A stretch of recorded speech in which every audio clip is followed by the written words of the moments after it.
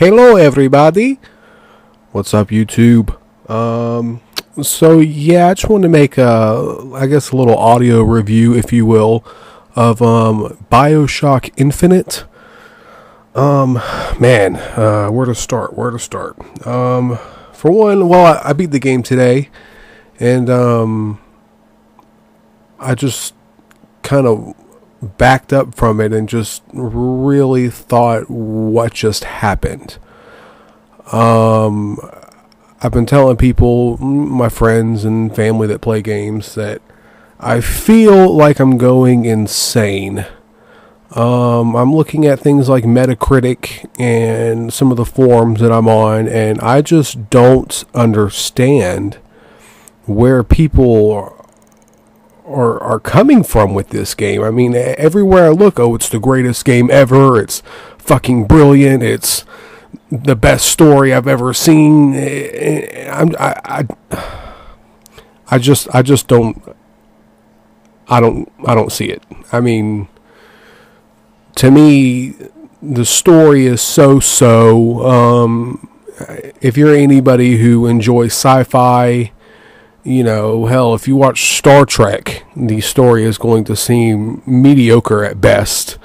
But anyways, I'll get to all that. I'll kind of set it up here in line. I'm going to talk about the graphics first, because I feel like that's something that a lot of people are praising, and gameplay, level design, the story and characters, and then the audio of the game. For one, the graphics are a very mixed bag. Obviously, it's an Unreal Engine 3 game, so the textures overall are going to be pretty bland and lack any sort of sharpness or detail. I don't quite know what the reason for that is. That's just always been the case with Unreal Engine 3, so I'm just kind of expected. But one thing that I will say is that in the beginning, the first couple hours of the game or so, the graphics, or at least I should say the atmosphere, is quite breathtaking. Things like the lighting and the bloom and the haze kind of get a lot of flack from people, but I thought it made the world feel a lot more just real and full.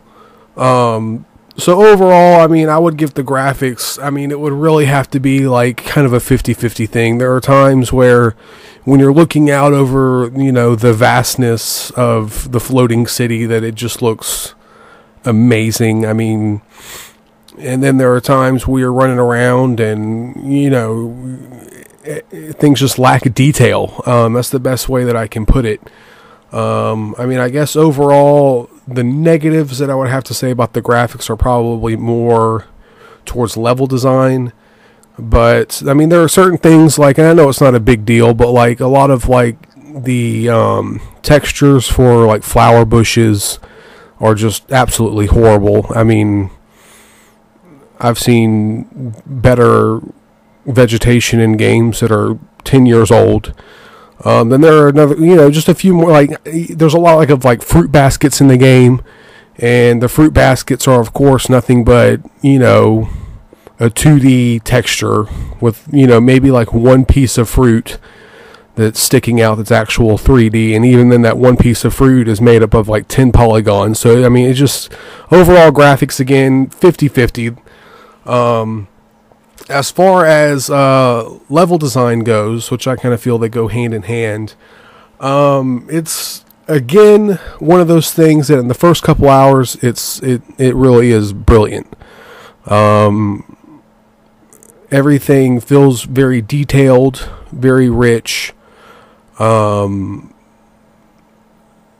definitely get the sense and feeling that you are, like, in this majestic floating city in the sky.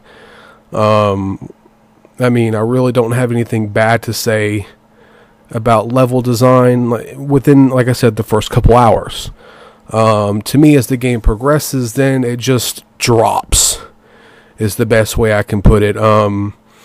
For like the middle part of the game, when you're like in the shanty town and when you're in the slums and like kind of like the industrial complex area. The developers or the designers just kind of seem to have forgotten where the game takes place. There's multiple times throughout the game that you don't even feel like you're on a floating city. Like with Bioshock 1, you were always reminded of where you were at. No matter where you went, you could either see out into the ocean, or out to the sea, or there was leaking water everywhere. And I mean, like never once in the game did I forget that I am underwater in a city that's falling apart around me. But with Infinite, you never get that feeling. Like I said, in the first bit of the game, it's amazing. Wow, look at all. I mean, it's beautiful. But then they just kind of go away with that. And, most of the game is spent indoors. There's certainly no, I don't know how to put it. Like, I guess when I first saw Bioshock Infinite, they put a big emphasis on the skyhook, aspect, where you can hook on to like the little rails and fly around the city and stuff, and that's completely gone. None of that happens in the game whatsoever. The few areas where there is a skyhook, it's nothing but basically a loop that just goes around. I guess you could almost say, I want to say level, but it almost feels like an arena whenever these things are implemented, because they really keep you in that one area to fight. There is no exploration. There is no open city. It's all very, very, very linear. At least with Bioshock 1, it kind of had an openness to it. Whereas in this game, it's just straight to the point. Not only that, but level design itself, as far as how everything is laid out, is very bland. Not only does it seem like everywhere you go there's offices, because there's desks everywhere you go in Bioshock Infinite. There are desks and garbage cans, but other than that, it like the levels just feel like too sterile. There's no props everywhere. There's no objects there's just nothing about the level design that makes it feel alive, that makes it feel like it's an actual place where people work and live. And so other than that, again, just as with the graphics, the game starts off extremely well, extremely promising, and then just goes downhill. There's nothing really redeeming level design wise that you haven't seen in every other first person shooter that's ever been made. Again, people would argue that the skyhook, adds depth and, different layers to the gameplay, but I found myself rarely ever using the skyhook when actually fighting, because all the enemies would just kind of come to you. So, it was generally just kept within a confined type area until you just killed everybody, move on to the next area. Gameplay itself was, I thought, despite what other people are saying, is very generic. There doesn't seem to be a lot of emphasis on the vigors. The shooting mechanics, while I would certainly say are better than Bioshock 1,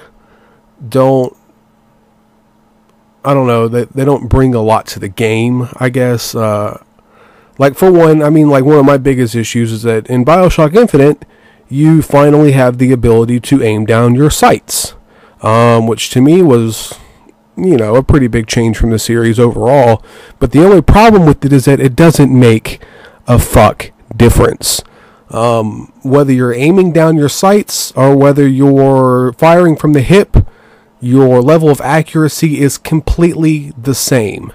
You can just as easily headshot from somebody across the map, aiming, from your hip, as you can aiming down your sights. So the whole iron sights part of the game is completely pointless. Not once in the entire game did I actually aim down my sights to kill somebody, just because there was no point.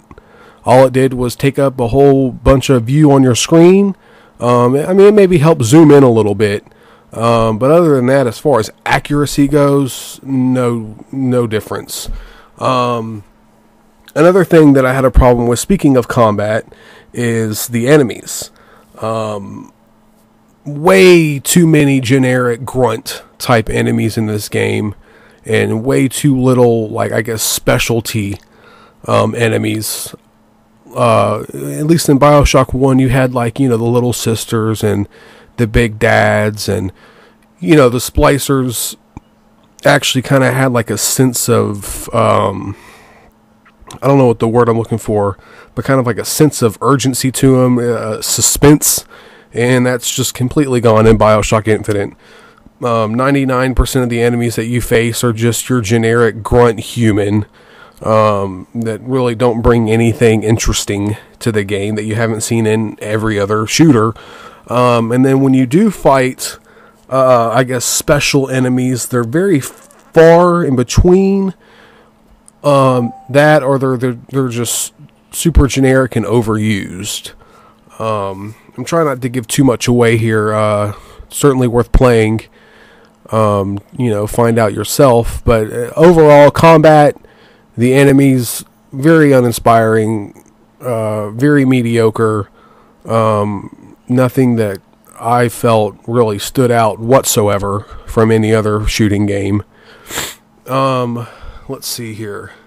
Gameplay. There are some things in the game that I just don't think make sense. Like, for instance, the vigors. Obviously, considering it's a Bioshock game, they had to have, the aspect of the little special powers that you could have and whatnot. My problem with it overall, though, is that, for one, you have way too many that kind of seem to do the same thing. There's quite a few of them that don't really differentiate between the others, other than just the effects that they have. That, and the fact that I really didn't like that they weren't explained very well in the game, I feel. In Bioshock 1, one of the biggest things about the game was the fact that it kind of broke away from government rule overall, and that science had become this, major facet of Rapture. And so therefore things like the atom, and the powers that you could have really kind of made sense. Bioshock 1 definitely did a much better job of making those feel like it was part of the world, whereas Bioshock Infinite just kind of puts them in the game just to fucking have them.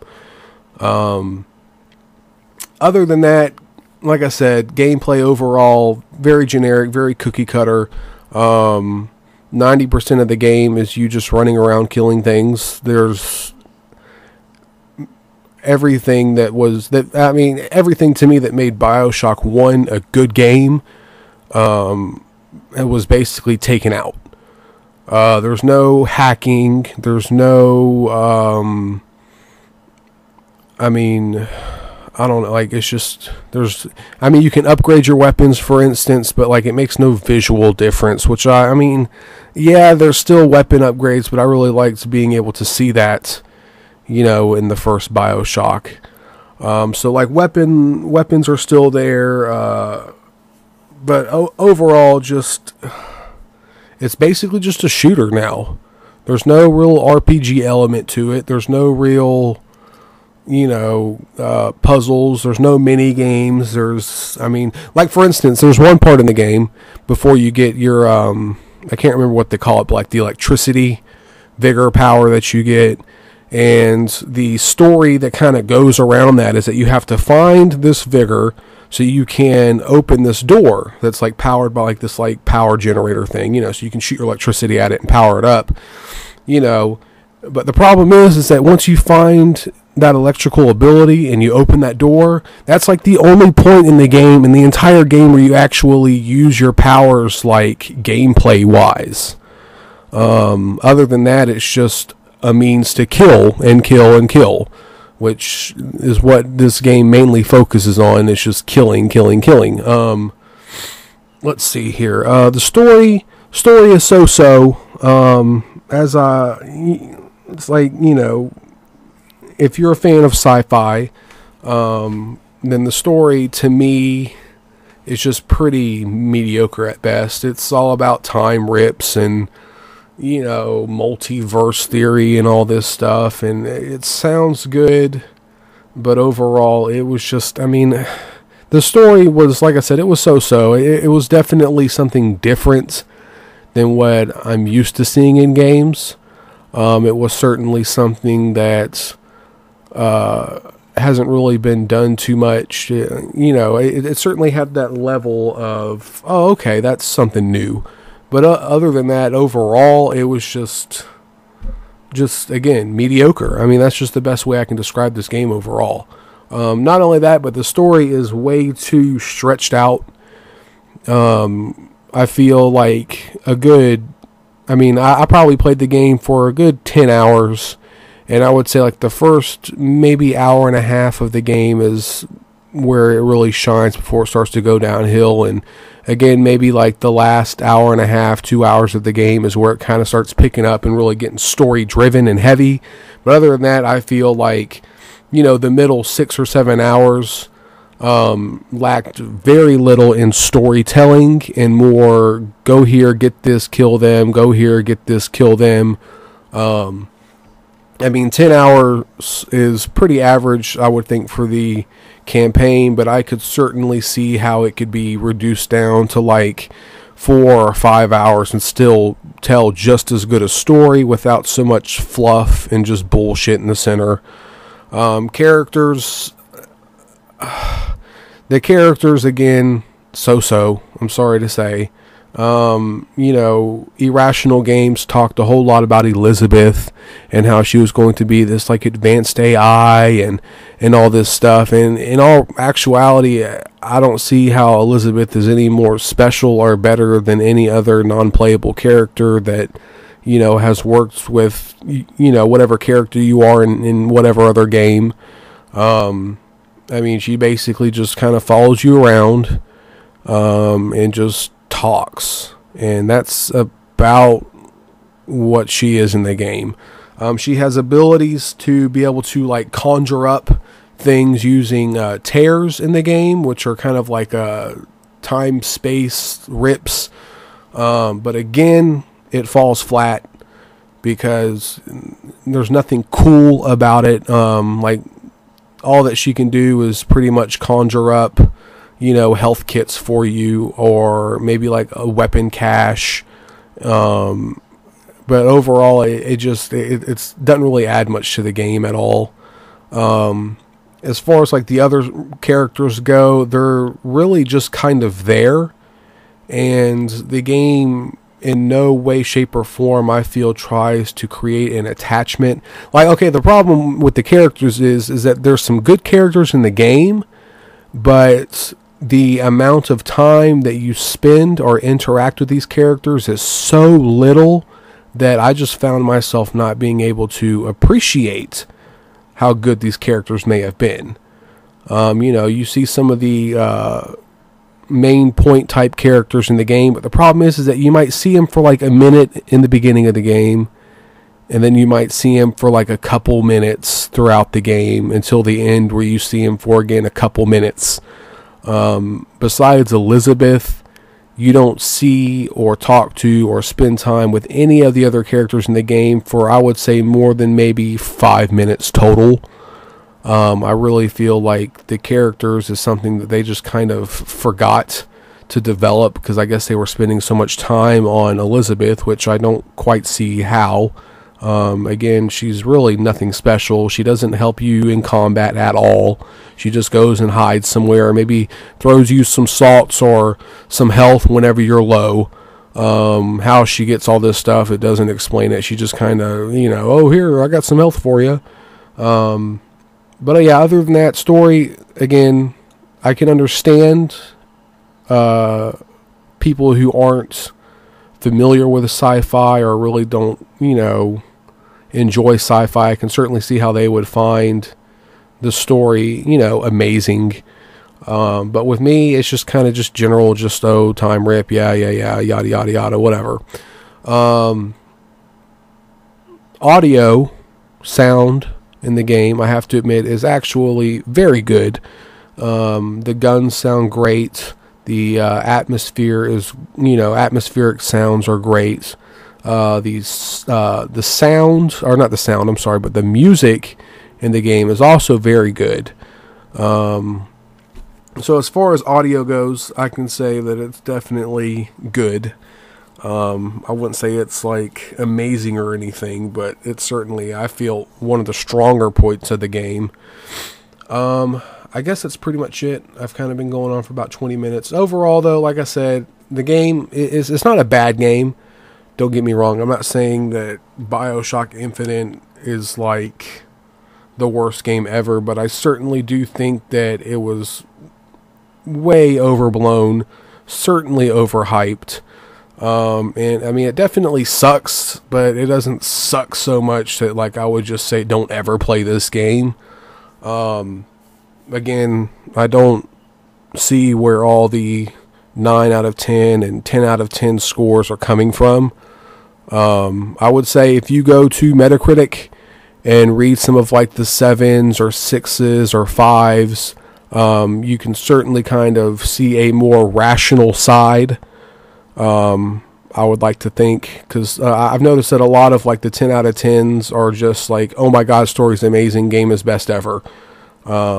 A lot of them kind of fail to really go into what makes it the best game ever. Because to me, if you're going to rate a game 10 out of 10, then that is perfect in your opinion. And if anybody thinks that this game is perfect, then they just don't know what a good game is. Overall, I would say that I would probably give the game like a solid 5 out of 10, maybe. Maybe like a 5.5, low 6 if I'm feeling generous. Overall, I just don't see it. I think that there were games released already this year that were much better on many aspects. Tomb Raider, for one, I think even had more interesting characters, especially Lara Croft, obviously. But, graphics I think were a lot better. Gameplay was hands down infinitely better. So as far as people, this is game of the year, one of the best games I've ever played, I don't see it. Anyways, that's my audio review. If you listened to all of it, feel free to leave a comment. I doubt many people will listen to this, considering that I don't even think I have any people on my channel. But anyways, yep, this is my review of Bioshock Infinite. Overhyped and overplayed. Bye-bye, YouTube.